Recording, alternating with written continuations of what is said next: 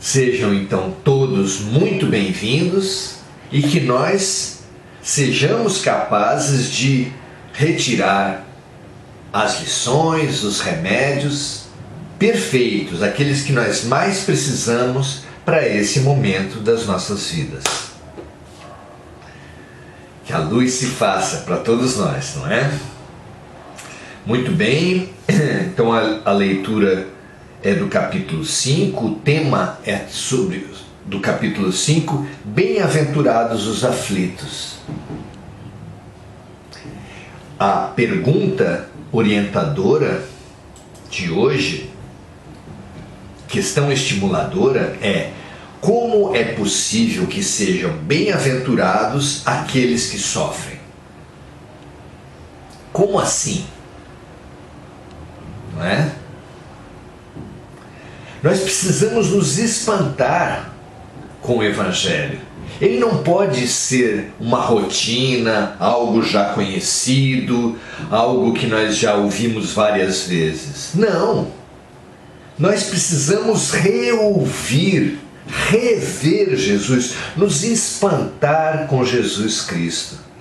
Porque essa é a boa nova. E uma notícia para nos transformar, para ser novidade, ela precisa ser reconhecida como o novo. Jesus é o novo, Jesus é a revolução nas nossas vidas.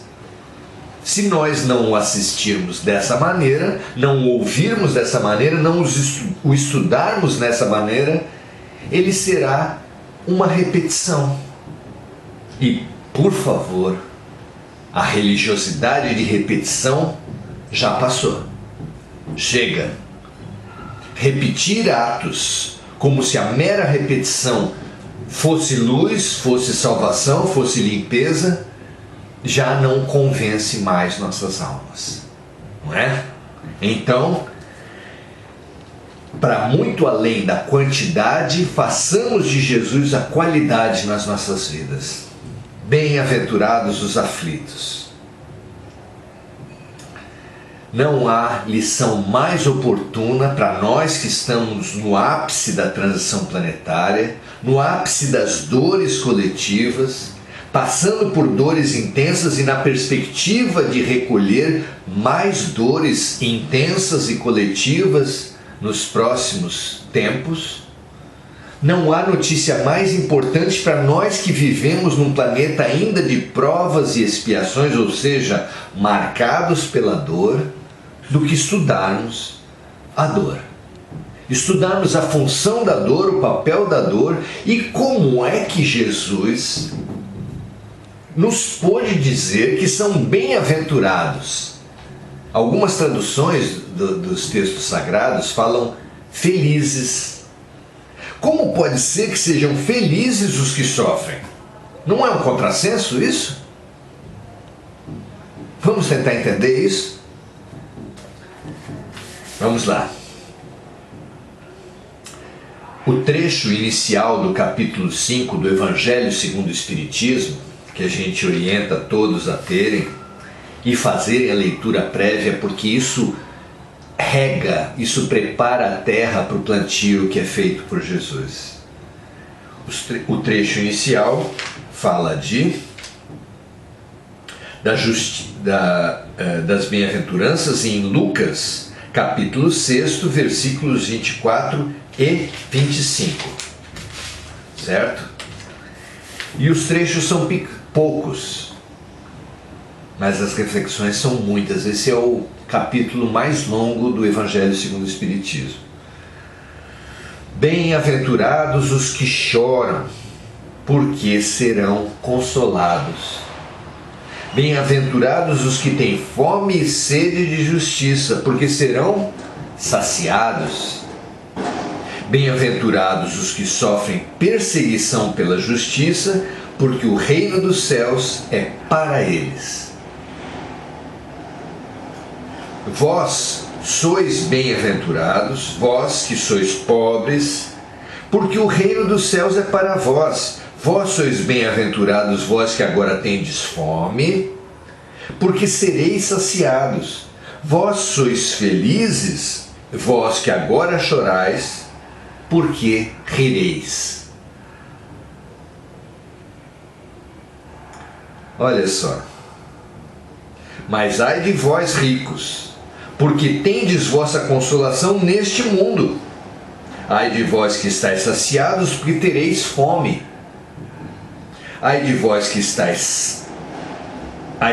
que rides agora, porque sereis reduzidos ao pranto e às lágrimas. Como entender isso? Vamos lá. Se nós estivéssemos num hospital, nos preparativos para uma cirurgia de retirada de um câncer na laringe, provocado, é claro, pelo nosso vício do fumo. Imaginem a situação de nós estarmos nesse pré-operatório, prontos para entrarmos na faca, como se diz, para a retirada desse nódulo. Nós estaríamos apreensivos? Certamente. Como dizer para essa pessoa que está passando, está no início de um processo cirúrgico, cujo pós-operatório será tão complicado, que lhe pode deixar sequelas tão difíceis, como podemos dizer que ele é feliz? Não é? Aos olhos do mundo, essa pessoa só pode ser infeliz por estar passando por essas dificuldades todas. Aos olhos do mundo, podemos considerar feliz uma pessoa que esteja no bar, rindo muito, bebendo muito, conversando com os amigos e fumando. Fumando muito, fumando bastante. Esses são os felizes do mundo. Mas será que do ponto de vista espiritual serão felizes também? Quem é mais feliz? Aquele que está na parte final de uma doença, já no seu processo de cura, ou aquele que está iniciando todo um longo ciclo de sofrimentos? Claro que aquele que está terminando, não é assim? Então, aqueles que são considerados felizes para os homens, muitas vezes são os infelizes do ponto de vista espiritual. Aqueles que são considerados infelizes na matéria, muitas vezes são os felizes do ponto de vista espiritual. É uma questão de ponto de vista. E nós, nos nossos estudos anteriores, temos favorecido esse outro ponto de vista desde a introdução, o capítulo 1º, 2º, 3º e o 4º, nós temos recebido essa ação didática e terapêutica de Kardec, que é a ampliação do ponto de vista. Tudo isso para nos preparar, para nos fazer viver melhor, para nos consolar a todos nós que sofremos. E é esse o capítulo 5, Bem-aventurados os aflitos. É o outro ponto de vista, ganho até aqui nos 4 capítulos de introdução que já estudamos, que nos favorece ser bem-aventurados quando sofremos. Porque é um novo ponto de vista. Outra história que a gente pode contar poderia ser de um local de trabalho onde todos cumprem as suas funções razoavelmente e depois vão para casa ter o seu lazer, ter a sua vida particular. Mas que o chefe escolhe um determinado funcionário para realizar um concurso interno que lhe pode favorecer muito a carreira e fazer com que ele cresça profissionalmente na empresa. Vamos lá. esse escolhido, ele precisará estudar muito, tirar horas do seu lazer, das suas diversões, das suas ocupações fora do trabalho para estudar duramente, estudar pesadamente. Aos olhos dos colegas e dos amigos que o chamarão para lazer, para bares, para diversões, e que ele falar, não estou podendo porque eu preciso estudar para um concurso, ele pode parecer um infeliz, porque está deixando de rir, de beber, de fumar, da felicidade do mundo, não é? Mas será que ele está sendo infeliz? Na própria escola, aqueles que bolavam aula, aqueles que não se preocupavam com as provas e ficavam se divertindo, eles eram os felizes ou os infelizes? Depende. No imediato eles eram os felizes, mas a médio prazo, no dia da prova, quem será o mais feliz? Aquele que estudou ou aquele que nem tocou nos livros? E mesmo que esse que não tocou nos livros passe por estratégias, por subterfúgios, por colas, na hora do concurso público, quando ele precisar do conhecimento que ele teve na escola, quem será o feliz? Quem terá uma carreira? Quem terá uma possibilidade de crescimento, uma possibilidade de estabilidade na vida? Senão aquele que aceitou os sacrifícios, aceitou as dores, aceitou as dificuldades. Qual doente? Outra metáfora.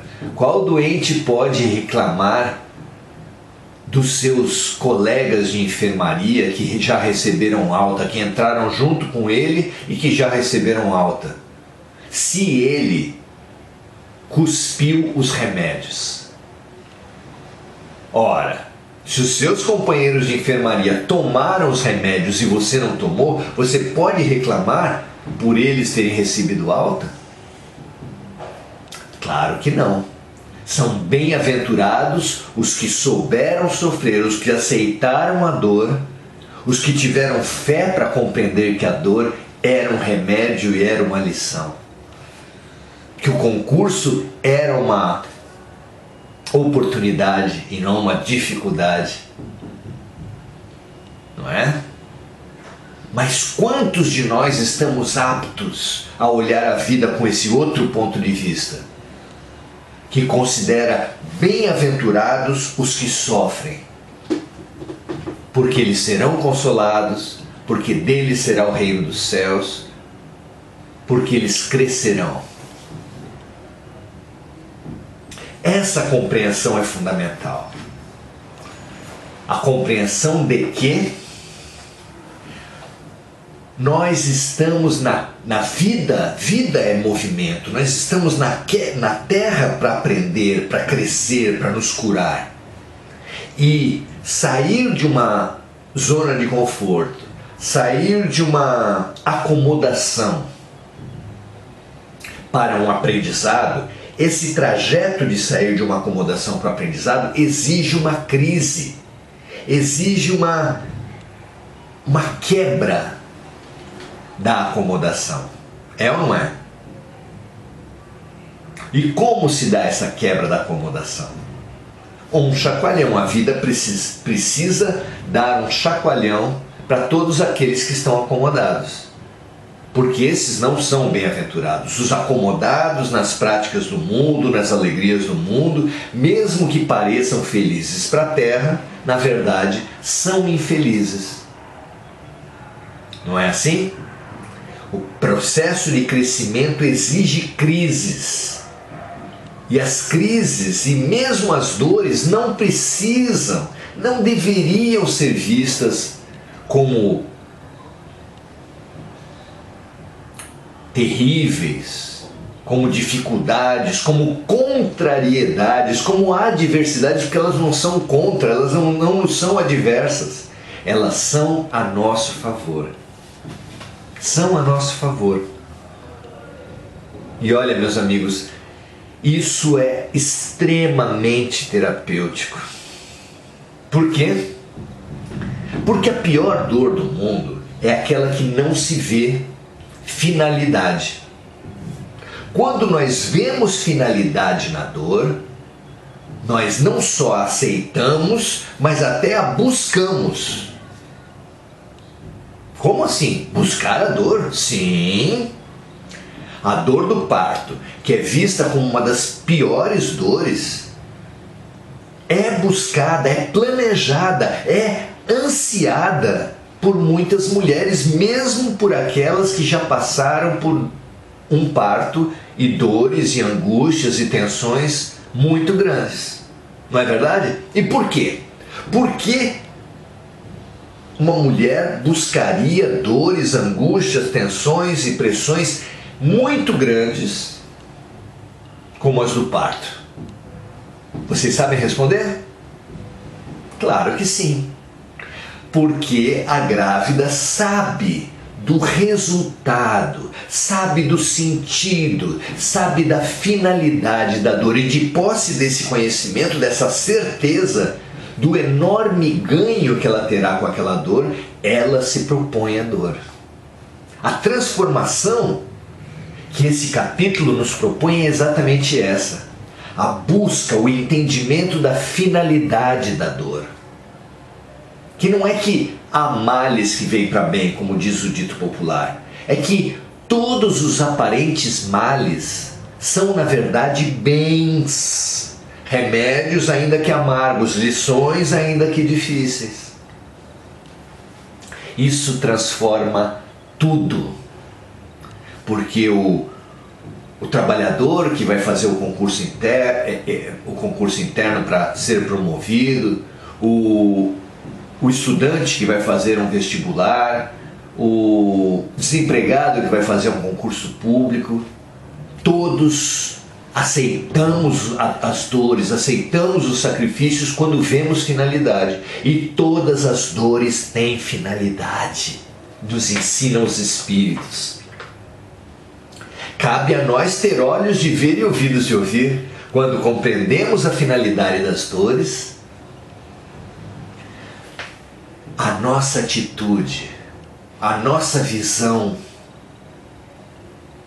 se amplia e acolhe a dor com alegria, porque aquele nosso doente que está indo para a mesa de cirurgia, se ele se lembrar da fila de espera das pessoas que estão querendo a mesma cirurgia e que não conseguem vagas, se ele lembrar da multidão de pessoas que fumam e que ignoram as consequências ou desprezam as consequências do cigarro, ele vai se considerar um bem-aventurado. E nós também, de posse dessa visão mais ampla, dessa perspectiva de que todas as dores são, na verdade, um tratamento espiritual, de que as doenças e as dores, para se instalarem, elas são atraídas pelas nossas desarmonias exatamente para nos reharmonizarmos. Com essa lucidez, as dores adquirem uma nova característica, uma nova possibilidade, não é? É por isso que Kardec, logo depois da citação, fala da justiça das aflições. E fala que as compensações que Jesus promete aos aflitos da terra não podem ocorrer senão na vida futura. Sem a certeza do futuro, ponto de vista, essas máximas seriam um contrassenso, bem mais seriam um engodo. Bem-aventurados os aflitos. Mesmo com essa certeza, compreende-se dificilmente a utilidade de sofrer para ser feliz. E disse: para ter mais mérito. Mas então pergunta-se, por que uns sofrem mais do que os outros? Por que uns nascem na miséria e outros na opulência, sem nada terem feito para justificar essa posição? Por que para uns nada dá certo, enquanto que para outros tudo parece sorrir? Mas o que se compreende, menos ainda, é ver os bens e os males tão desigualmente repartidos entre vício e virtude. Ver os homens virtuosos sofrerem ao lado dos maus que prosperam. Não é isso que a gente vê na política, nos meios de comunicação, na família? A fé no futuro pode consolar e levar à paciência, mas não explica essas anomalias que parecem desmentir a justiça de Deus. Entretanto, desde que se admita a Deus, não se pode concebê-lo sem perfeições infinitas. Ele deve ser todo poder, toda justiça, toda bondade, sem o que não seria Deus. Se Deus é soberanamente bom e justo, não pode agir por capricho nem com parcialidade. As vicissitudes da vida têm, pois, uma causa, e uma vez que Deus é justo, essa causa deve ser justa. Eis do que cada um deve compenetrar-se bem. Deus colocou os homens sobre o caminho dessa causa pelos ensinamentos de Jesus. E hoje, julgando-os bastante maduros para compreendê-la, a revelou inteiramente pelo Espiritismo, quer dizer, pela voz dos Espíritos. Não é lindo isso? Aí, o capítulo nos ensina com essa amplitude de visão e vai buscar as causas das atuais aflições, as causas anteriores das atuais aflições e as causas atuais. Faz-se uma reflexão nesse sentido, questiona o esquecimento do passado, nos propõe motivos para a resignação, fala do suicídio, da loucura. Esse capítulo é muito rico. Ele precisa ser muito estudado. Pensem comigo, amigos e minhas amigas, dessas reflexões. Segundo a revelação dos Espíritos, conforme nós estudamos em capítulos anteriores, a Terra está mudando de mundo de expiação e provas, ou seja, expiação e provas é o quê? Dor. Nós estamos mudando de um mundo, de um estágio marcado pela dor, para um mundo de regeneração marcado pela esperança e pela boa vontade. Os mundos de regeneração plena já não possuem doenças, catástrofes. Nenhuma grande dor como essa que tem sido necessária em expiação e provas é necessária na regeneração. Mas para tornar desnecessárias as dores, nós precisamos tirar delas todos os ensinamentos e todos os remédios. Por isso, esse capítulo é absolutamente fundamental. Para nós aprendermos a tirar os princípios ativos, as lições fundamentais, para a cada dor aprendermos a fazer a pergunta libertadora que é, anotem aí, o que Deus está querendo me ensinar com isso? Ao invés de brigarmos com os inimigos, brigarmos com aqueles que nos atrapalham, brigar com as doenças e com os empecilhos que a vida nos coloca, ao invés de remarmos contra a correnteza, nos perguntarmos o que a vida, o que Deus está querendo me ensinar com essas dificuldades. E aí, mágica, aí grande transformação, passamos a nos colocar a favor da vida. Adquirimos a certeza de que tudo vem para o nosso bem e a boa vontade de colaborar com esse bem, com essa transformação, com essa reforma interior. Meus amigos, esse capítulo é precioso para todos nós. E nesse momento, nós queremos agradecer, estar recebendo esse capítulo nesse momento das nossas vidas. Nós ainda vamos ficar nele em próximos encontros e pedimos a vocês que façam esse estudo, que se dediquem a esse capítulo, para que possam, como nós dissemos aqui, retirar todas as lições e todos os remédios que a dor contém. Estude a dor no livro, em Jesus e na sua própria vida. E você estará num processo de emancipação. Se colocará a caminho da transição, saindo das expiações e provas e se abrindo para a regeneração planetária através da auto-regeneração. Que assim seja, não é? Ficamos muito felizes com isso. Agora vamos às colocações, vamos às contribuições que os amigos tiverem feito. De cara, eu quero estimular vocês a fazerem uma leitura das respostas, das posições, especialmente do depoimento da amiga Beth Figueiredo, lá na nossa postagem de terça-feira, dia 6 de abril, na nossa página, em que nós colocamos a questão orientadora, que sugerimos a leitura do capítulo.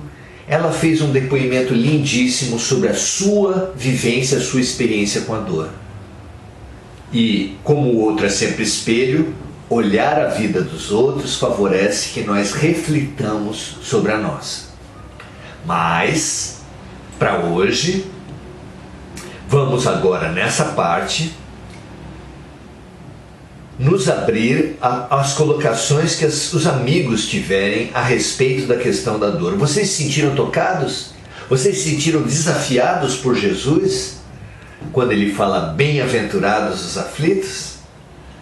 Que nós nos sintamos isso, porque a lição nós sabemos de cor, o Evangelho nós sabemos de cor, essa passagem já ouvimos muitas vezes. Mas será que aprendemos? Beto Guedes nos desafia. A lição sabemos de cor, só nos resta aprender. Vamos ver as colocações dos amigos, se alguém traz algum conteúdo que pudesse nos ajudar. A Miriam Linhares fala, esse capítulo é o mais longo, mas muito consolador. Muito, realmente concordo contigo.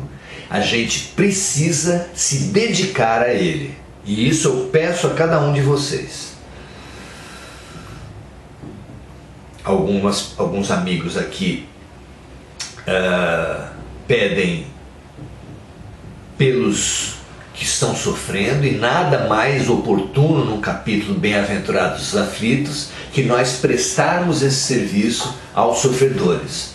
Vamos fazer isso no encerramento dos nossos trabalhos com uma oração que vai pretender dar esse lenitivo, dar esse suporte, esse apoio, esse encorajamento para todos os sofredores da terra. Vamos lá? Aqui a Isildinha nos fala assim: Jesus nos ensinou que a felicidade não é deste mundo. Estamos humanos, mas somos espíritos eternos em busca da aprendizagem necessária. E a dor é, na maioria das vezes, o melhor caminho. Pelo menos a dor talvez seja o único caminho deixado para aquele que desprezou o caminho do amor, o caminho da compaixão, o caminho do serviço. Nós que estamos nesse momento da transição, somos esses que desprezamos esse caminho suave do serviço compassivo. Então só nos sobrou a dor. Por que a dor? Não é? Por que a dor se faz necessária? Por que aquele espírito orgulhoso, que tinha certeza que a sua raça o seu sexo, a sua classe social, a sua nacionalidade, a sua religião, não importa, que o seu ego expandido era melhor do que os outros e por isso se julgava no direito de abusar, explorar, violentar os outros? Por que ele é bem-aventurado? É bem-aventurado o racista branco ao nascer negro. Por que é bem-aventurado o sexista homem que oprimiu mulheres ao renascer mulher? Por que é bem-aventurado o integrante de uma nacionalidade ao renascer na outra nação que ele desprezava como inferior? Por quê? Porque o preconceito, o orgulho, a arrogância funcionavam como abas que amesquinhavam aquele ser, que reduziam a qualidade e a riqueza da vida às pessoas que eram próximas, que eram semelhantes a ele. Enquanto que a compaixão pela boa vontade expande, abre o homem ao universo feminino, abre o rico ao universo dos pobres e assim por diante. Mas quando não fazemos isso pela boa vontade, só sobra a vida fazer na prática, colocarmos-nos no lugar do outro pela reencarnação. E assim que renascemos na polaridade que odiávamos, que desprezávamos, não para a nossa punição, não para nosso sofrimento, mas para fazer a crise, para quebrar a máscara, para sair da zona de conforto, da rigidez, da violência, para essa flexibilidade da compaixão, da fraternidade e do amor. Não é? Vamos ver o que mais?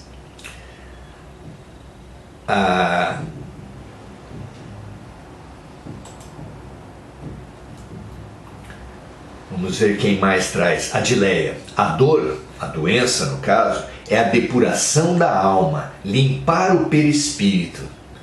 Muito bem colocado, Adileia.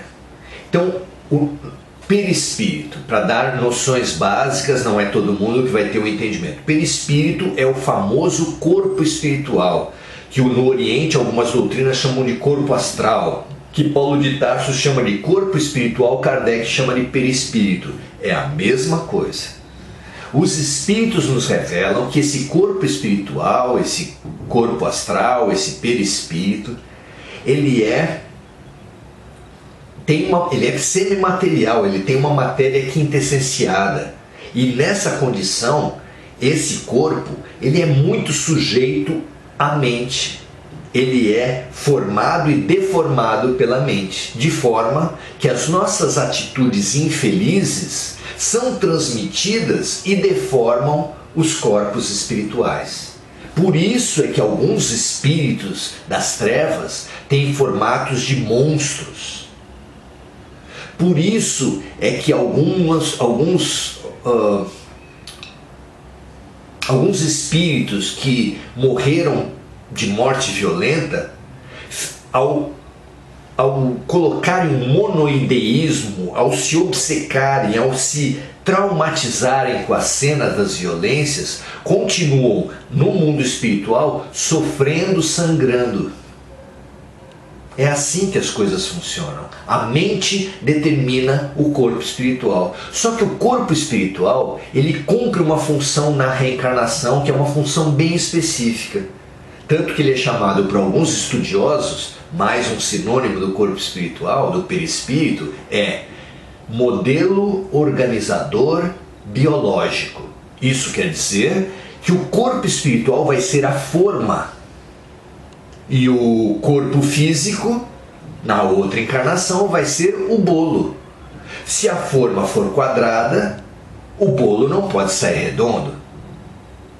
Então, se a nossa forma, que é o nosso corpo espiritual, tiver sido deformado pelas nossas ações infelizes, essas ações infelizes vão ser transportadas para o novo corpo na outra encarnação. É esse o mecanismo que faz as nossas ações infelizes serem transportadas de uma vida para outra. É o corpo espiritual que faz esse transporte, essa passagem.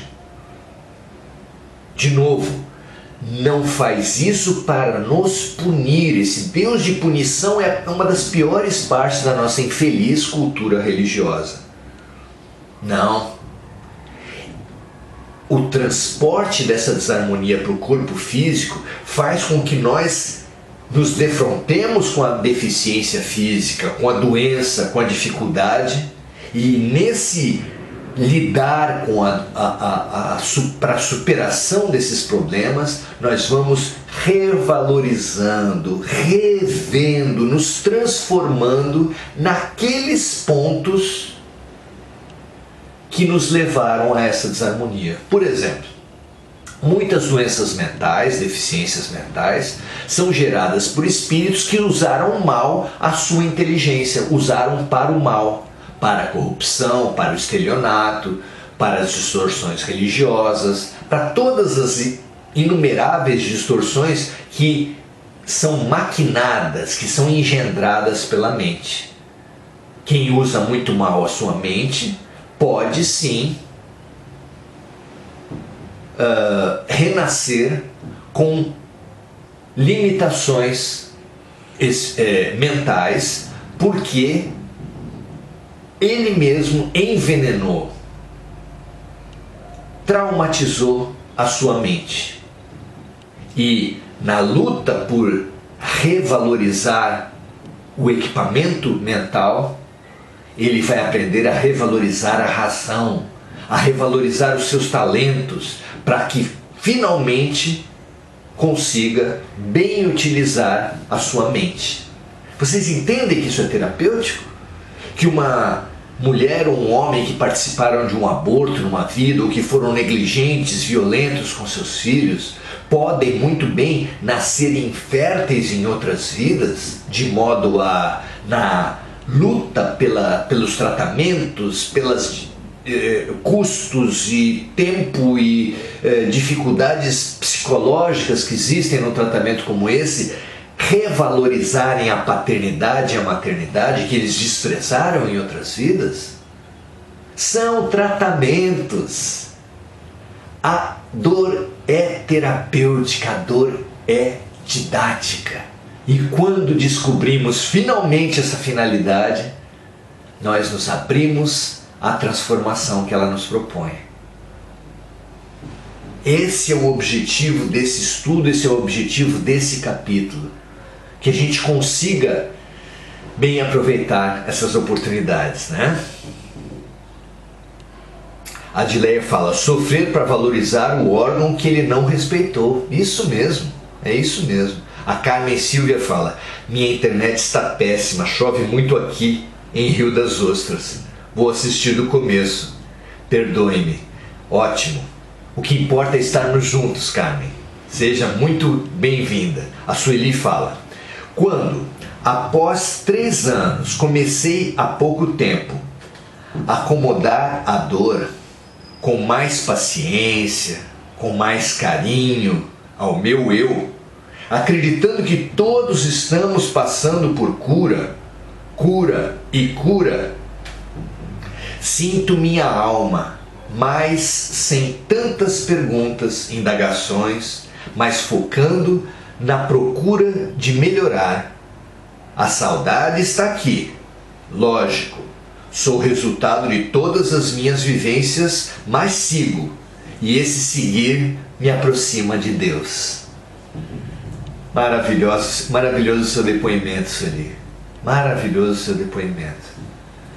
É por isso que Maria, chamada por Chico Xavier, num momento de muita crise na vida dele, e no livro Maria de Nazaré, fica claro que ela também dava essa mesma orientação que deu para Chico, para uma imensidão de sofredores que batia a sua porta na cidade de Éfeso, onde ela morava com João, décadas após o falecimento de Jesus.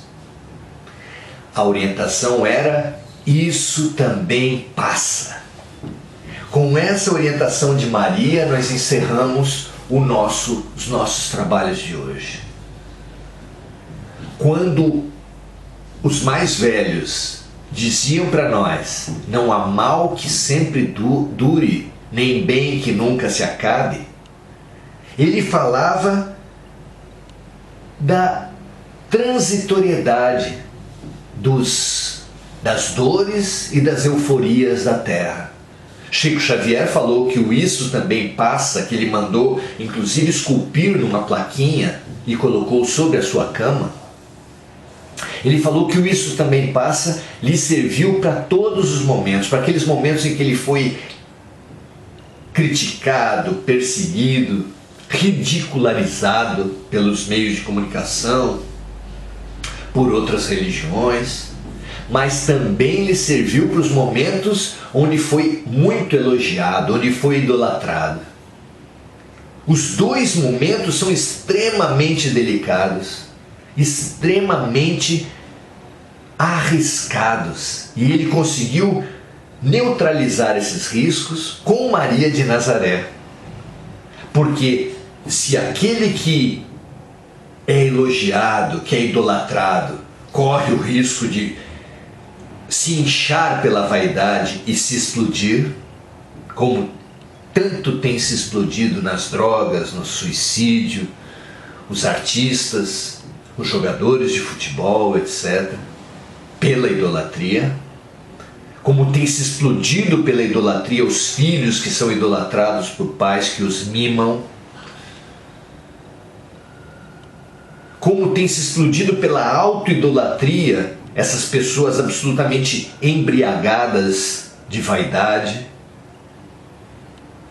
Nós precisamos perceber as possibilidades que existem quando nós nos abrimos, saímos dessa idolatria e nos abrimos para a perspectiva espiritual, entendendo que os remédios são pontuais, que as dores que nós colhemos em função das nossas vaidades, dos nossos orgulhos, das nossas ilusões, elas não são para sempre, elas ocorrem especificamente para nos acordar, para nos tirar das ilusões, para nos limpar dos equívocos, das competições, das vaidades. Isso é maravilhoso. Essa certeza da finalidade é que nos vai dar a coragem e a lucidez de bem enfrentarmos todas as dores, essas mais pessoais que cada um de nós está vivendo, mas também as dores familiares, as sugestões doentias que nos são passadas pelos influenciadores espirituais, as sugestões doentias que nos são passadas pelos obsessores encarnados, pelas mensagens do consumismo, da política, das redes sociais, do ódio que hoje é pregado em tantos lugares, da religiosidade distorcida que chega a nós de todos os lugares, porque são instituições humanas e onde tem o ser humano tem o equívoco. Que nós aprendamos a viver as dificuldades como quem toma uma vacina. Cada dificuldade que vem até nós, já que Deus não dá o frio maior que o cobertor, Ele dá as dificuldades para nós nos fortalecermos com elas, para nós criarmos anticorpos com elas. E quando vierem dores maiores, nós estarmos capazes, preparados para isso. E assim, então, em encerramento ao nosso encontro de hoje, primeira etapa dessa reflexão sobre a dor, eu quero reforçar o convite a vocês que estudem o capítulo e que nos tragam questões sobre a dor, para que a gente possa, no nosso próximo encontro, explorar essas questões e trabalharmos as dúvidas que vocês tiverem. Ao mesmo tempo, a nossa tarefa é repartir o que nós já alcançamos. Pai, sabemos bem da multidão de irmãos que nós temos na terra que estão perturbados pela dor que eles vivem. Não temos pena deles por passarem pelas dores, mas temos compaixão por passarem mal pelas dores, por passarem em revolta, mobilizando as suas piores energias, como o ódio, como a competição, fazendo guerras, por não saberem, por não aceitarem, por não compreenderem o papel da dor, o papel espiritual da dor. Nós ensaiamos alguns passos titubeantes nesse sentido. Nós que alcançamos esses pequenos passos e vemos irmãos nossos engatinhando ainda mais titubeantes que nós, apesar das nossas inseguranças, queremos agora fazer um gesto, estendermos a mão para esses bebezinhos espirituais, tão pouco mais jovens que nós, apoiando-os nas suas incertezas, nas suas inseguranças, nas suas dúvidas, imaginando a Terra